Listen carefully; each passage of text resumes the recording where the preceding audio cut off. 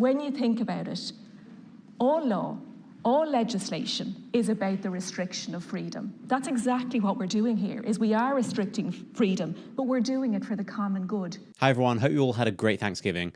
So over the holiday, there's been some serious news stories coming out of Ireland, with Conor McGregor becoming really a central figure. So to catch you all up, this all started, from what we can tell, after a suspected migrant stabbed children outside an elementary school in Dublin. Well, you're live with BBC News. Let's return to that breaking story coming out of Dublin that 3 young children have been taken to hospital. Irish police said there'd been a serious public order incident in the city centre, which local media is saying is a multiple stabbing. The injuries to one of the children and a woman are described as, quote, serious. A witness spoke to reporters at the scene. Let's just have a quick listen. I looked across the road and I seen a man in a stabbing motion with a load of children. So I flew across the road and the man was after stabbing two children as far as I could make out. And we got the children up to the left with the women that was there and the teachers, I presume. And then there was a bit of a hubba-balubba, if you want to call it, for the man. People were trying to attack the man, so me and another American lady, we formed a ring around the man just to say that we're not savages in this country, that we'll let the Garda do their duty. And then about 3 minutes later, the ambulance came for the children, and then another ambulance and fire officers came for the man on the ground. And then protests and riots broke out, which were of course blamed on the far right. Ireland's chief of police blamed the rioting on a, quote, lunatic hooligan faction driven by a far-right ideology. Now, violent protesters rioted in Dublin city centre last night after 5 people, including 3 children, were injured in a knife attack outside a school. More than 400 police officers responded. Now, although the authorities have ruled out terrorism, the police commissioner, Drew Harris, described the riot as a complete lunatic hooligan faction driven by far-right ideology. Now, rioting is bad. It's always bad. But you have to be an idiot to not notice that anti-immigration riots are immediately condemned as far-right, but anti-Western riots, like the BLM riots in 2020, are either excused or downplayed or celebrated. When it's supposedly far-right, it's a riot. But when it's not, it's a fiery but mostly peaceful protest. But here's where Conor McGregor really comes in. After Ireland's police chief condemned the riots, Conor McGregor posted this on X. Innocent children ruthlessly stabbed by a mentally deranged non-national in Dublin, Ireland today. Our chief of police had this to say on the riots in the aftermath. Drew, not good enough. There is grave danger among us in Ireland that should never be here in the first place, and there has been zero action done to support the public in any way, shape or form with this frightening fact. Not good enough. Make change or make way. Ireland for the victory. God bless those attacked today, we pray. Then he posted this. Any update on the well-being of those stabbed today? Absolutely horrific scenes all day. My stomach is churning. With no action being taken at all during these ever more frequent events, like literally zero action taken whatsoever, how do we expect an end to this? We need reform. We need action. In other posts, he said that the punishment for this kind of crime should be torture and death, and he also came out and spoke against the riots. I do not condone last night's riots. I do not condone any attacks on our first responders in their line of duty. I do not condone looting and the damaging of shops. Last night's scenes achieved nothing towards fixing the issues we face. I do understand frustrations, however, and I do understand a move must be made to ensure the change we need is ushered in, and fast. I am in the process of arranging. Believe me, I am way more tactical and I have backing. There will be change in Ireland, mark my words. The change needed. In the last month, innocent children stabbed leaving school, Aisling Murphy murdered, 2 Sligo men decapitated. This is not Ireland's future. If they do not act soon with their plan of action to ensure Ireland's safety, I will. And then Ireland's Deputy Prime Minister called McGregor's comments disgraceful, and McGregor responded, saying this, blame anyone but themselves. Typical. Worthless you are, Michael. Worthless and spineless. Ryan Casey called you all out last week, grieving the love of his life, stolen by porn scum, and nothing but waffle from you all since. Zero action. Everything from our lax border with gravy train benefits to our pitiful mental health services to our country in flames is on your watch. And still no plan of action. Where is our plan of action? What are we going to do to ensure this stops happening? How are we going to ensure this ceases to continue in our country? Ireland is fed up of you and your type. We are not stopping here until real change is implemented. We need safety. We need security. We need leadership. As of now, we have none of the three. Shame on you and your type. Okay, so now we're all caught up. Here's the thing. While everyone is arguing over who is right, which isn't really much of an argument, Conor McGregor is saying nothing controversial, too many people are missing really the real long-term danger here, which is the attack on free speech. After Conor McGregor spoke out, the Irish Prime Minister said that hate speech laws must be passed immediately. We're going to make sure that we make those changes to our laws in the next couple of weeks to allow the Gardaí to use that evidence and go through that evidence and identify the people who are involved in these actions, and we are going to get them. In addition to that, I think it's now very obvious to anyone who might have doubted it that our incitement to hatred legislation is just not up to date. It's not up to date for the social media age, and we need that legislation through, and we need it through within a matter of weeks, because it's not just the platforms who have a responsibility here, and they do. There's also the individuals who post messages and images online that stir up hatred and violence, and we need to be able to use laws to go after them individually as well. And here's the legislation they're talking about. Offensive preparing or possessing material likely to incite violence or hatred against persons on account of their protected characteristics. 1. Subject to subsection 2 and 3 and section 11, a person shall be guilty of an offence under this section if the person A. prepares or possesses material that is likely to incite violence or hatred against a person or a group of persons on account of their protected characteristics or any of those characteristics with a view to the material being communicated to the public or a section of the public, whether by himself or herself or another person, and B. prepares or possesses such material with intent to incite violence or hatred against such a person or group of persons on account of those characteristics or any of those characteristics, or being reckless as to whether such violence or hatred is thereby incited. Now, specific incitement of violence is not covered by free speech, but hatred is. And why is that? Because hatred is entirely subjective. And that's before we get to the other vague words used to expand hate speech to be exactly what the government wants. Anything can incite hatred. Anything can be deemed to be motivated by a desire to incite hatred. What does likely to incite violence or hatred even mean? Now, the West is under attack in so many ways. One is the complete refusal to speak out against the obvious downsides of diversity and inclusion and multiculturalism, ignoring that importing people who hate Western culture will have deadly consequences, basically what Conor McGregor is arguing. But honestly, the most fundamental attack is the attack on free speech. Free speech doesn't really exist anywhere outside of the United States. Other countries might say they have free speech, but there's a massive difference between saying you have free speech and having the kind of concrete protection of free speech that the First Amendment gives you. And every other country, including Ireland clearly, proves how important the First Amendment is. Because free speech is a barrier for most of these politicians who just want more power. Here's how one Irish senator described Ireland's hate speech bill. When you think about it, all law, all legislation is about the restriction of freedom. That's exactly what we're doing here, is we are restricting freedom, but we're doing it for the common good. You will see throughout our constitution, yes, you have rights, but they are restricted for the common good. Everything needs to be balanced. And if your views on other people's identities go to make their lives unsafe, insecure, and cause them such deep discomfort that they cannot live in peace, then I believe that it is our job as legislators to restrict those freedoms for the common good. When freedom itself gets in their way, the solution is to just get rid of it. This same logic is being pushed all over Europe, and it's starting to take root here. An American was just thrown in prison for tweeting a meme. We're watching our future unfold in Europe, and it's time to dig our heels in and defend the First Amendment, because if we don't, every other freedom will be taken away for the common good, said every dictator ever.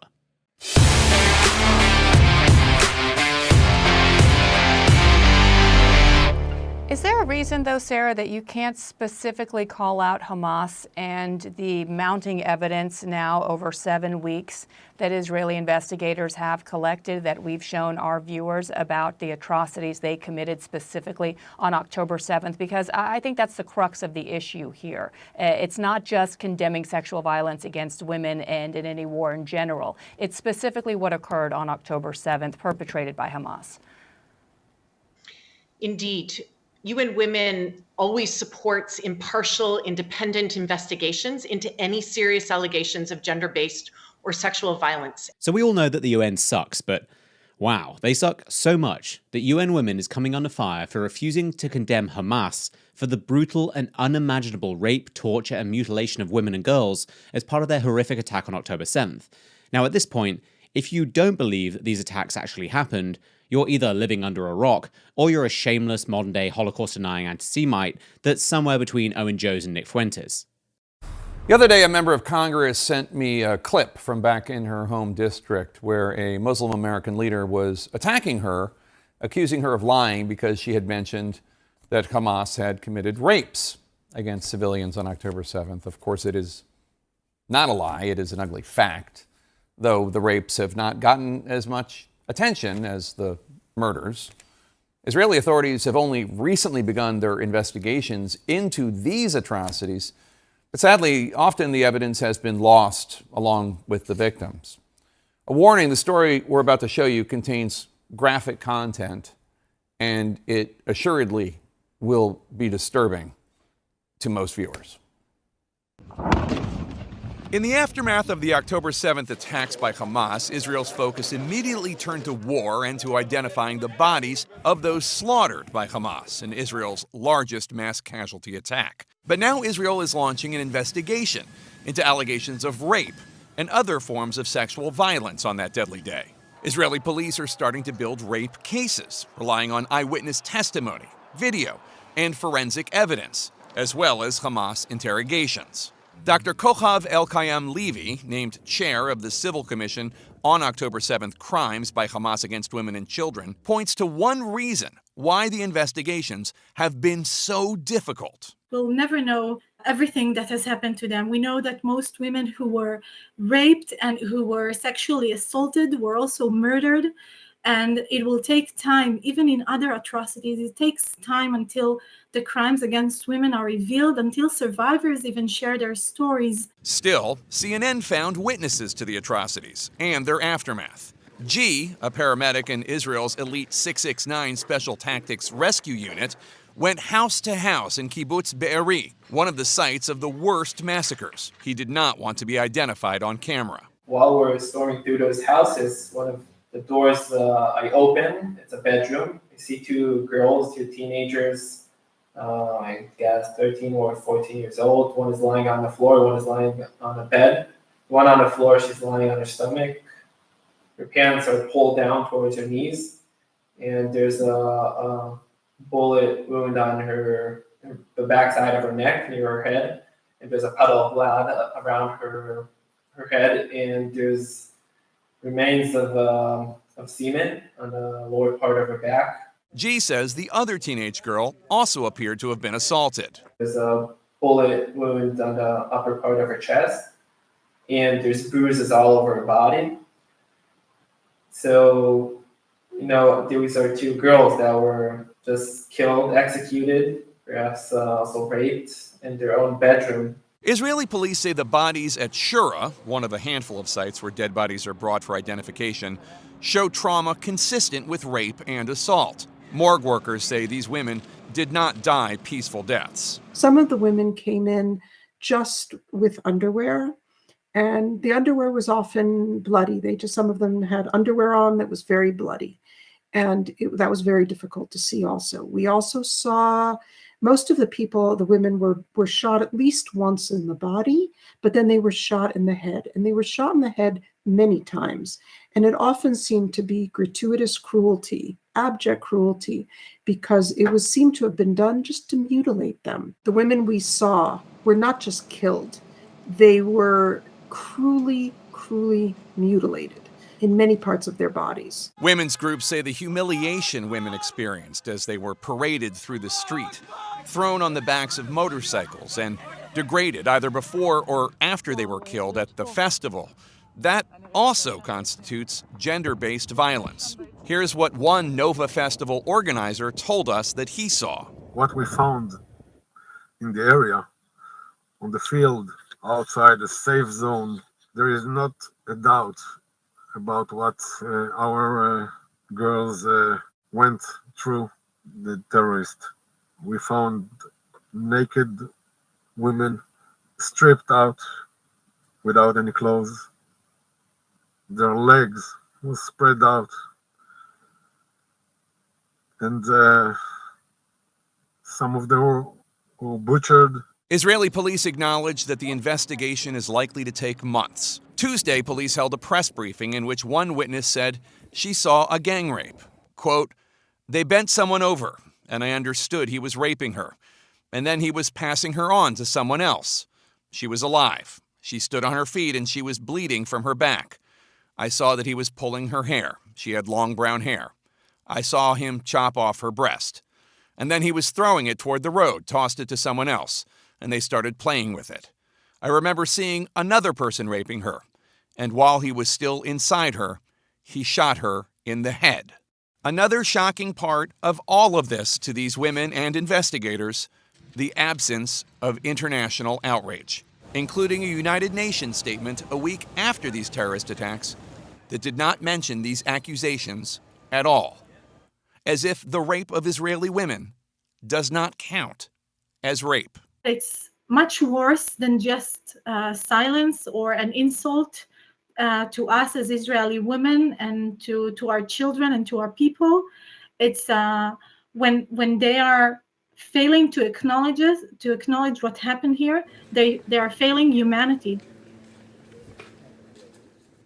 Why would it be that the international community and the United Nations would be silent about these crimes? They seem to be vocal about so much else. So given that these attacks undeniably happened, you'd think that UN Women would be among the loudest voices speaking out against what happened on October 7th. Well, no. UN Women is deeply, deeply alarmed at the disturbing reports of gender-based and sexual violence on October 7th. And as we've said in the Security Council and through various platforms, we absolutely, unequivocally condemn all forms of violence against women and girls, especially in the context of conflict.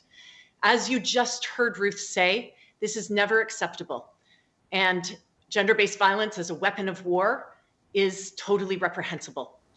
Certainly, we have called from the beginning for the need to protect civilians, including and especially women and girls in the context of this conflict. And we've called for the need for any allegations of gender-based atrocities to be fully investigated with the utmost priority. Is there a reason, though, Sarah, that you can't specifically call out Hamas and the mounting evidence now over 7 weeks that Israeli investigators have collected, that we've shown our viewers about the atrocities they committed specifically on October 7th? Because I think that's the crux of the issue here. It's not just condemning sexual violence against women and in any war in general. It's specifically what occurred on October 7th, perpetrated by Hamas. Indeed. UN Women always supports impartial, independent investigations into any serious allegations of gender-based or sexual violence. And within the UN family, these investigations are led by the Office of the High Commissioner of Human Rights. And just to provide a little bit of context in terms of UN Women's role, UN Women specifically provides and has extensive knowledge on gender-based violence and provides and supports investigations as we do with all UN investigations. And so consequently, in this context and within the UN system, it is the Independent International Commission of Inquiry, which for us has the mandate to investigate all alleged violations. It is absolutely important for the rights, for the needs, for the protection, for the dignity, for the survivors of violence to be supported throughout a process. And that's why we work through these globally mandated mechanisms. That notwithstanding, we understand and certainly we encourage and support national level efforts, the ones that you've heard about today, the Civil Commission in Israel, which has brought together women's organizations to document gender-based atrocities impartially. Our work will be on the backside of the Independent International Commission. Which is weird when this is how UN Women describe themselves. UN Women is the United Nations entity dedicated to gender equality and the empowerment of women, a global champion for women and girls. UN Women was established to accelerate progress on meeting their needs worldwide. What we're really seeing now is just more of the pro-Hamas All Lives Matter bullshit we've seen in every direction, where when it comes to Jews, people just can't let themselves call out Hamas without also talking about Palestinian civilians, or Islamophobia, or all women, as if all women were targeted on October 7th, when in reality, only Israeli women were targeted by Hamas. But this is totally on brand when you look into what UN Women has done since October 7th. Their first tweet on X on October 7th was this from the executive director of UN Women. The escalation of hostilities in Israel and the occupied Palestinian territory is gravely concerning. It is imperative that all civilians, including women and girls, are protected. We call for immediate de-escalation and for upholding and respecting international humanitarian law. On October 7th, when nothing had happened in Gaza yet.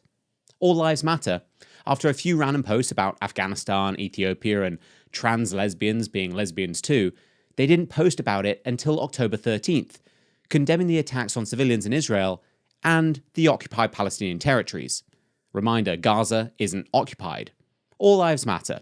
And to sum up the clown show that is the UN, the executive director posted this on October 17th. We strongly condemn the strike on Al-Ali Arab Hospital in Gaza that killed and injured hundreds of civilians. International humanitarian law and human rights law must be respected and upheld. Civilians and civilian infrastructure must be protected. Hospitals are not a target. This tweet is still up. Even though it wasn't an Israeli strike, it was Islamic Jihad. Hundreds weren't killed or injured, it was more like 50 killed. And it wasn't the hospital, it was a parking lot. Also, no comment on the fact that these hospitals are being used as Hamas headquarters. And if you keep scrolling on their timeline, it's endless All Lives Matter or direct support for one side, the Palestinians. But this is what UN Women is all about. On Google, when you search UN Women, this is what comes up. A sponsor post, so they're paying for this to be headlined, women and girls in Gaza are enduring attacks and displacement. Read our impact statement. UN Women's statement, War in Gaza, Humanitarian Situation in Gaza. Donate for women in Gaza. Support women and girls. Support UN Women. When you go to their website, here are the first posts you'll see. In focus, the conflict in Gaza. Voices from Gaza. Norhan's story of survival amid airstrikes. Facts and figures. Women and girls during the war in Gaza. The bottom of the page has another area to donate, only to women in Gaza. Please donate today to protect and support women and their families in the Gaza crisis. UN Women has been supporting Palestinian women since 1997 to achieve their social, economic, and political rights. We remain present on the ground to provide support and assistance, and will do so for as long as it takes. Apparently, Israeli women just don't deserve your support. And if you search for Hamas on the UN Women website, you get 5 results since October 7th. 5. Brief. UN Women Palestine 6-month response framework. In focus, the conflict in Gaza. Press release. UN Women report reveals devastating impact of the crisis in Gaza on women and girls. UN Women rapid assessment and humanitarian response in the occupied Palestinian territory. Facts and figures. Women and girls during the war in Gaza. Notice anything missing? For anyone paying attention, we already know that the UN has a double standard when it comes to Israel. Last year, there was one UN resolution criticizing Iran, Syria, North Korea, Myanmar, and the US, because why not? There were 6 for Russia. There were none for China, Venezuela, Saudi Arabia, Cuba, Turkey, Egypt, Zimbabwe, Pakistan, Qatar, Vietnam, Algeria, or 175 other countries, despite widespread human rights violations. The UN passed 15 resolutions criticizing Israel just last year. So it's hardly surprising that the UN's Department for Equality for Women doesn't think that equality applies to Israeli women and girls raped and tortured and mutilated and paraded around like trophies by Hamas on October 7th. Because, as David Baddiel put it in his amazing book that you should really check out, Jews don't count. This is a map of San Francisco. There's a lot of plots on that. You may be asking, what is that plotting? Well, this is an app where they plot the human feces. So last night was the long-awaited showdown between Ron DeSantis and Gavin Newsom. To anyone with eyes, ears, and a brainstem, it's clear that DeSantis came out on top, and all Newsom had were lies, lies, and more lies, while also kissing Joe Biden's ass and calling DeSantis racist all the time. So here are a few highlights from, honestly, the best debate of the year in many ways. Let me know in the comments what moments you thought were best, who you thought won, and be sure to like and subscribe to help the channel. This is a map of San Francisco. There's a lot of plots on that. You may be asking, what is that plotting? Well, this is an app where they plot the human feces that are found on the streets of San Francisco. And you see how almost the whole thing is covered, because that is what has happened in one of the previous greatest cities this country's ever had. Human feces is now a fact of life, except when a communist dictator comes to town. Then they cleaned up the streets. They lined the streets with Chinese flags. They didn't put American flags there. They cleaned everything up. So they're willing to do it for a communist dictator, but they're not willing to do it for their own people. I want to at one point try to say that California was the freedom state. I just kind of laughed, like, you're locking people down, you're doing all this. But then I thought about it. You know, California does have freedoms that some people don't, that other states don't. You have the freedom to defecate in public in California. You have the freedom to pitch a tent on Sunset Boulevard. You have the freedom to create a homeless encampment under a freeway and even light it on fire. You have the freedom to have an open-air drug market and use drugs. You have the freedom, if you're an illegal alien, to get all these taxpayer benefits. So those are freedoms. They're not the freedoms our founding fathers envisioned, but they have contributed to the destruction of the quality of life in California, and the results speak for themselves. People are leaving the state because they have failed in addressing the homeless population. The role of the schools is to educate kids, not indoctrinate kids. It's not to impose an agenda. It's to do the basics. And what we've said in Florida is it's inappropriate to tell a kindergartner that their gender is a choice. It's inappropriate to tell a second grader that they may have been born in the wrong body. Now, California has that. They want to have that injected into the elementary school. My wife and I have a 7-5 and a 3-year-old. We don't think that that's appropriate. And I know most parents do not think it's appropriate. It's also important to respect parental rights to know what curriculum is being used in the classroom, and everything should be age appropriate. I actually have something that I brought that some parents have objected to. So this is a book that's in some of the schools in California. In Florida, this is not consistent with our standards, called Gender Queer.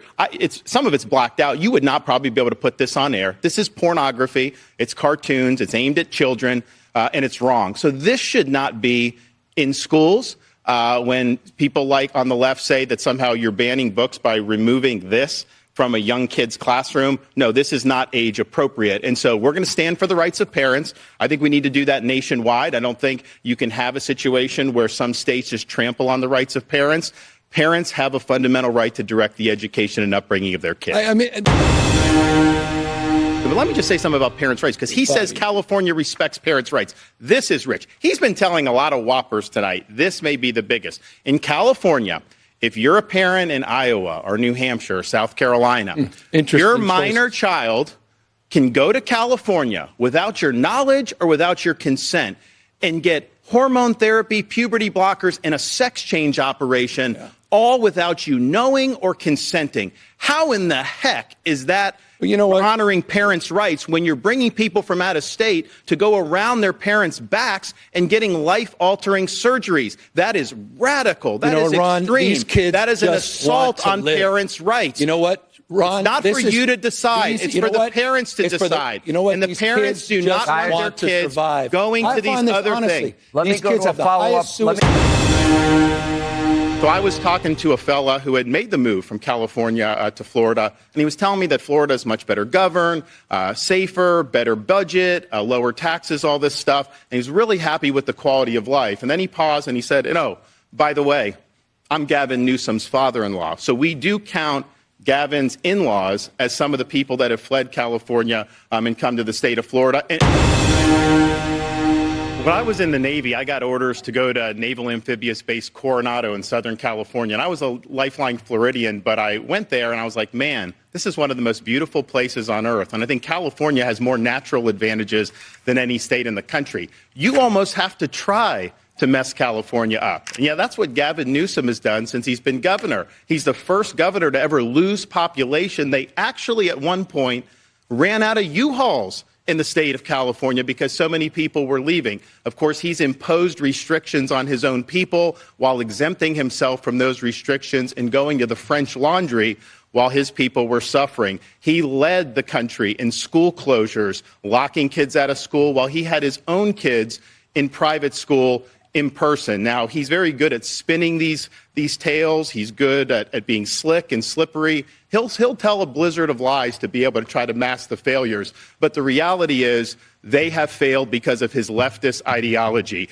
And the choice for America is this. What Biden and Harris and Newsom want to do is take the California model and do that nationally. In Florida, we showed that conservative principles work. This country must choose freedom over failure.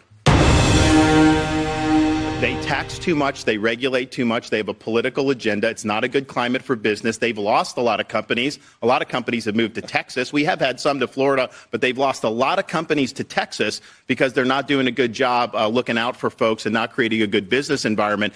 And, when I have people that come to Florida, they tell me, you guys actually want us to succeed in Florida. And they feel like when they're in California, they don't want business to succeed. Is that what Disney's saying, the Tampa Bay Rays? Well, actually, yeah. I think that's an interesting point with Disney because I had Disney open during COVID, and we made them a fortune, and we saved a lot of jobs. You had Disney closed inexplicably for over a year. You were not following science. You were a lockdown governor. You did a lot of damage to your people. You had more kids locked out of school for a longer period of time in California than anywhere else in the country. It was the working class kids. It was the middle income kids. His kids were in private school. They were in class in person. He locked people out because of the teachers' union. He is owned by the teachers' union. You will never cross the teachers' union. This is just a lot of hot Lock, stock, and barrel. Let's talk about COVID. Well, first, in Florida, we banned China from buying land in our state because you're right. You don't want them buying farmland or land near military bases. So we acted. We also got the Confucius Institutes out of our universities. China should not be involved in our universities at all. What you need to do is you need to have hard power in the Indo-Pacific to deter China's ambitions. You need to take the economy, and we need to decouple from China. We're dependent on them for so many things. And then finally, we need to get serious about their influence in this country. They shouldn't be able to buy farmland anywhere. I can tell you this. I would not go to China and grovel in front of Xi like Gavin Newsom did. He says China's a partner on climate change. China's adding 2 new coal plants every year. China's laughing at us with what they're doing. So, yes, they're the number one threat we face, and we need to take it seriously, and Joe Biden is not doing that. It's just about COVID. Let's talk about your record on COVID. You passed an emergency declaration before the state of California did. You closed down your beaches, your bars, your restaurants. False. It's a fact. You had quarantines. You had quarantines. You had checkpoints all over the state of Florida. By the way, I didn't say that. Donald Trump laid you out on this. Dead to right. You did that. True. You followed science. You followed Fauci, Ron DeSantis. That's not false. He followed science. He followed Fauci. You were promoting. Hold on. You were promoting vaccines. You were promoting vaccines. You even wore a mask in September. Sean, you were closed. If it's okay with you, we'll do this. Why were you closed? Why don't we do this so in a way where we both can have Why were you closed for so long? You wore a mask with Donald Trump outside I'm trying to let it breathe. in September 2020. He did all of that until he decided to fall prey to the fringe of his party. And as a consequence of that, Ron, tens of thousands of people lost their lives. Not true. The equivalent, if I had your policies, the equivalent of 10 9/11s. Tens of thousands of people lost their lives. And for what, Ron? Those are more lies. In fact, the Lancet just did a study. Florida had a lower standardized COVID death rate than California did. That's a Lancet study. One more thing. The other thing we had, the other thing California had, California had higher excess mortality than All right, gentlemen. Let me talk about the excess mortality real quick. Honestly, because the hold on a excess second. mortality is other things. I want to ask you both. Slow down. I want everyone to be heard. If I can ask you, I really do want this to breathe. I want this debate to breathe. I want it to organically develop. To do that, I need both your cooperation. I don't want to be a hall monitor. It's not my style, all right? You mentioned COVID. Let me go to COVID. And I plan to bring this up later, but you both took very different approaches as it comes to COVID. Governor Newsom, you issued the nation's first stay-at-home order on March 19th of 2020. Governor DeSantis, you took a lot of heat for reopening schools. You opened schools in Florida in August of 2020. All right, so here's the data, which I think is important. This is where the facts come in. Your state's death rates were almost identical. This is factually untrue. Hold on. Factually untrue. Okay. And by the way, both your states, with such different approaches, which is pretty fascinating, were both lower, significantly lower than the national average. These numbers come straight from the CDC. So, Governor Newsom, how do you explain that? The facts. Per capita death rates That's what that is. in the state of Florida were 29%, 29% per capita higher. 29%. That's not what the stats say right there.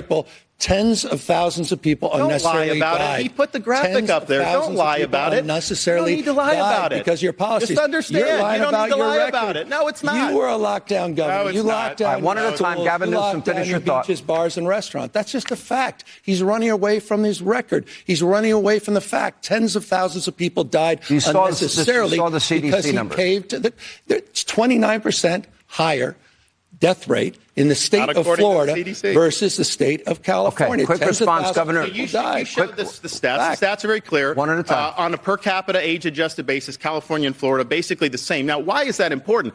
Because Gavin Newsom did huge damage to people in California. He ruined livelihoods.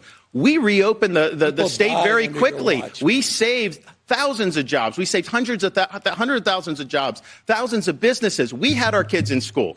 He had the kids locked out of school because of the teachers union. That is having a generational impact. California has one of the lowest literacy rates in the country. In the most recent NAEP exam, Florida came in number 3 for 4th grade reading. California was far, far behind. So you should apologize for not getting your kids in school. Why didn't you get the kids in school in the summer of 2020 like we did? The only you bowed person, to the teachers the only union. person, you didn't do the job you should have done. All right, the only person, leadership. the only person who needs one to at a time, quick apologize answer. is Ron DeSantis for the tens of thousands of lives that died unnecessarily because he played to the fringe of his party. We got to take a break.